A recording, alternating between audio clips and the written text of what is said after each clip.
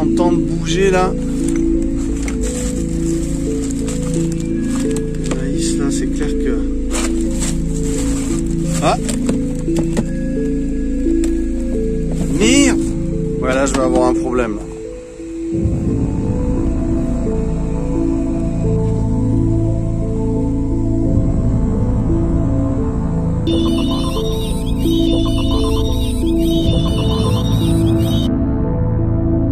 Good morning YouTube, de retour avec ce petit problème de nuisible, hein. Tu te rappelles les petites souris, les petits mulots de champ qui ont commencé à grignoter un petit peu pour essayer de se faire des nids. Là on a un sac plastique qui a été emmené, regarde comme ça a été grignoté. Je m'inquiète beaucoup pour le camping-car parce que c'est un problème. J'irai voir un petit peu, je vais vraiment passer le camping-car sans dessus-dessous pour bien vérifier. C'est un petit peu le problème quand tu es en pleine nature, donc je vais aller voir un petit peu, bien regarder. On verra ça juste après. Souci dans le camping-car. Donc le problème là qu'il y a, c'est qu'il faut absolument que ça s'arrête. Donc j'ai trouvé un ultrason qui marche sur 12 volts, que je vous mettrai aussi en lien dans la description, qui est pas cher, qui est vraiment bien. J'ai un retour parfait de gens qui m'ont conseillé de le prendre parce qu'il fonctionne très bien. Donc j'attends ça d'ici quelques jours. Pour ce qui est de l'intérieur du van, du minivan Chrysler, j'ai pas de problème. J'ai rien noté, ça sent ni la souris ni rien. Et puis bon, tu le vois quand il y a des petites crottes noires partout, c'est qu'elles sont passées, donc elles sont pas encore rentrées. Elles sont restées à l'état du moteur sous le capot. Comme tu le vois, il y a encore de quoi grignoter et pouvoir se faire des petites nichées. Donc voilà, nous ce qu'on veut c'est qu'elles s'en vont, qu'elles aillent plus loin et qu'elles aillent par exemple à mon poulailler qui est là-bas, tu vois. Elles peuvent aller là-bas, faire ce qu'elles veulent, il n'y a pas de problème, c'est Souriville s'il le faut. Camping-car, tu penses bien que... Et oui, malheureusement, il y a des choses à dire. Alors, bah ouais, quand tu commences à avoir des souris, c'est problématique. Par contre, là maintenant, on va planter des choses parce que j'ai trouvé un petit arbre déraciné. Et ça semble être un petit pin, donc on va le planter. Je vais aussi faire des plantations d'ail, vous allez voir. On va planter un petit peu ensemble. Et puis après, je vous mets le petit souci dans le camping-car. Les schtroumpfs ont débarqué à Neverland. C'est la période. Et je crois qu'ils sont... Enfin, c'est pas que je crois, c'est que chaque année, on me dit ne les touche pas. C'est vrai que les champignons, c'est bon, mais il faut faire attention. Et je crois que ceux-là ne sont pas comestibles.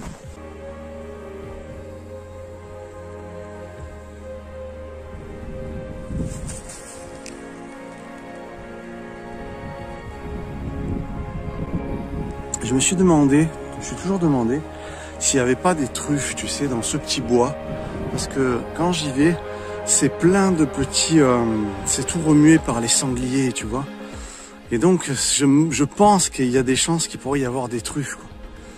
Il faudrait un petit cochon truffier pour pouvoir les trouver. Ça, c'est pareil, je sais pas du tout faire. Si vous savez, ben, vous pouvez l'écrire. Il faudra que je nettoie un petit peu le fond de ma mare, comme tu peux le voir. On voit qu'elle est bien vivante, il y a bien un écosystème, tu as tous les petits insectes qui nagent. Ça c'est très bon signe. Et voilà, ça serait bien d'y incorporer par la suite de quoi pouvoir développer le bassin, quoi. Alors c'est vrai que je sais que c'est compliqué pour les écrevisses, c'est interdit. Mais ça serait super d'en avoir, n'empêche. Mais c'est interdit. Un petit passage aux séquoias géants qui vont très bien. Ils sont dans leur période hivernale.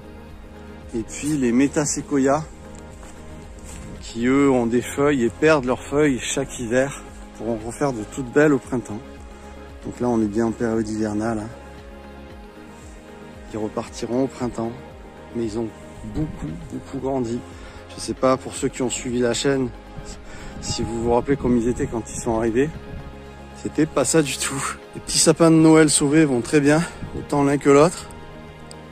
C'est pareil. Il va bien. C'est leur période là, ils sont trop bien. Qu'est-ce que je les ai arrosés cet été? Joli passage de sanglier.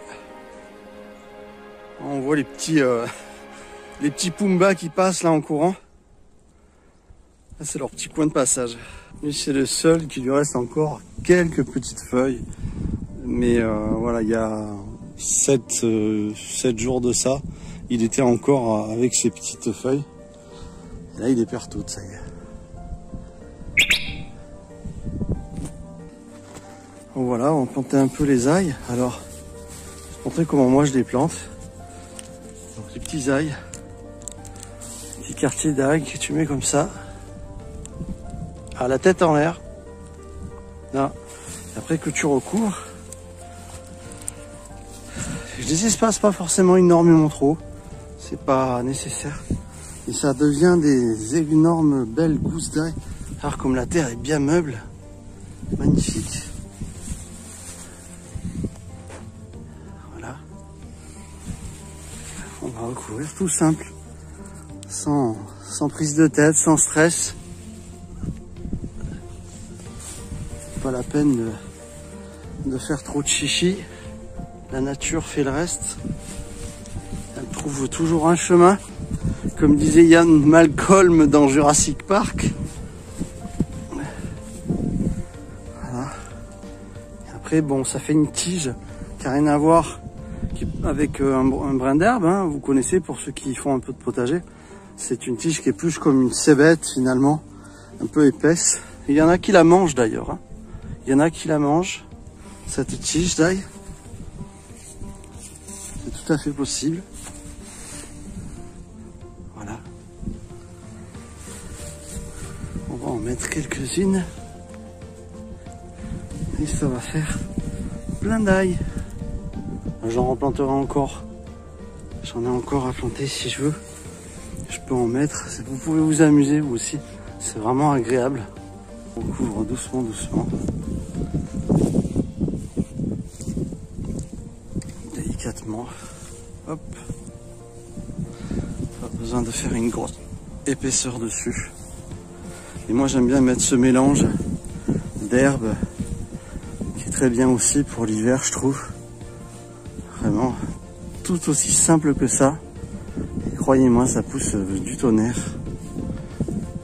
Voilà. Avec le mélange d'aiguilles de pin. On a vraiment un mélange de tout là. Voilà. Je vais recouvrir là à la fin là-bas. Marcher un petit peu dessus, mais pas trop. Tasser sans trop. Je crois qu'on a tous besoin, ce retour de la nature. Dans un monde qui part dans tous les sens quand même. En tout cas, moi, c'est une nécessité absolue de me retrouver en pleine nature et de pouvoir souffler comme ça.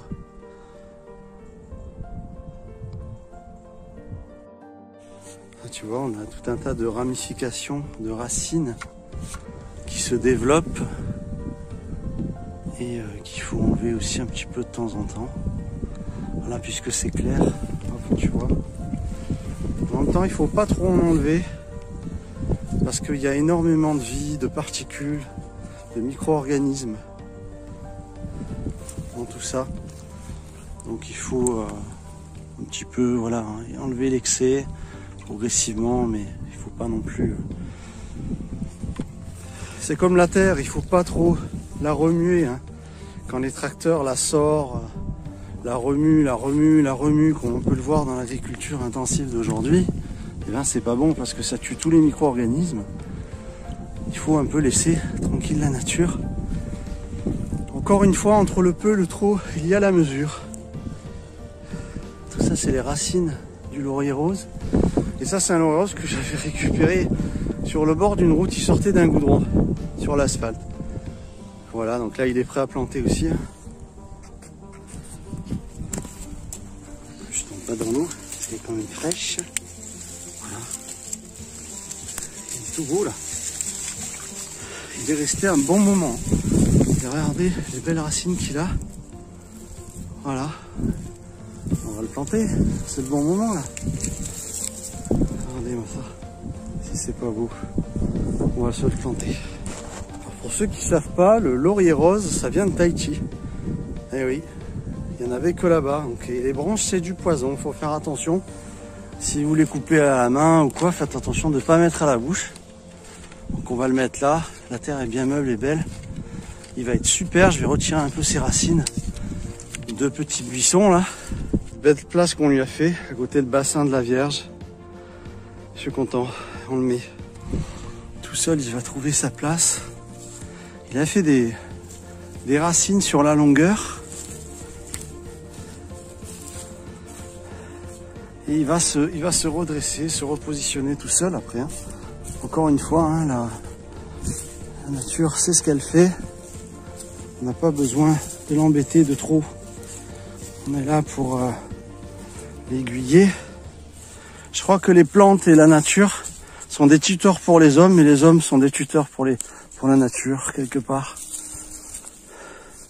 On a besoin les uns des autres pour pousser correctement. Voilà, tu vois, il va se redresser tout seul. Il est déjà bien. Ouais, il va être bien là, t'imagines. Il va chercher la fraîcheur derrière la bâche, comme les oliviers. Il va chercher la fraîcheur et il va être super bien. Je suis content. J'ai pris le temps de lui laisser faire bien ses racines. Il lui a fallu quelques mois. Pour ceux qui ont suivi la chaîne, je sais pas si vous vous rappelez de ce petit laurier. Voilà.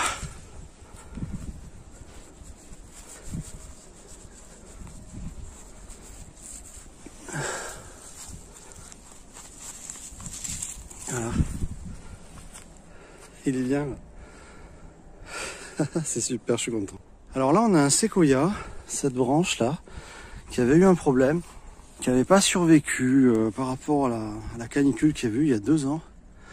Et donc, je l'ai mis dans l'eau. Et j'attends qu'il repart, comme le petit laurier. Donc voilà, je vais le laisser, comme ça, parce que si on regarde bien, il est encore souple. Il se casse pas.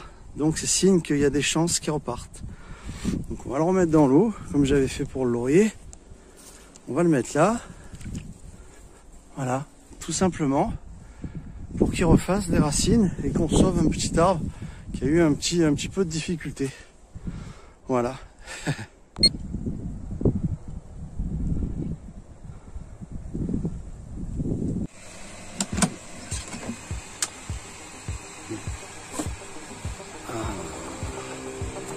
Ouais, là on a le signe significatif d'un problème de souris. Aïe, aïe, aïe, aïe, aïe, aïe, aïe.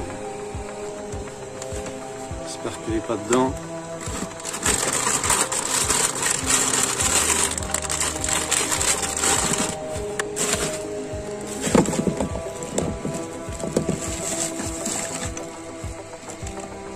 J'ai cru entendre bouger là. Le maïs là, c'est clair que... Ah! Est-ce qu'il n'y a pas un problème avec l'évacuation là? Ça c'est l'évacuation qui va dans la haute aspirante.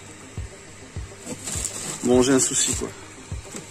Bon alors, comme dans tous les camping-cars, il y a un moment donné où tu vas avoir des petits visiteurs qui vont passer. Ça a commencé avec le Chrysler. Et là je vois qu'il y a du mouvement, donc écoute, je vais installer un appareil à ultrasons que je te mets en lien dans la description. C'est un appareil, tout le monde m'a dit vraiment que du bien. Et je vais mettre ça parce que il est temps d'agir. Comme ça on ne reverra plus cette souris.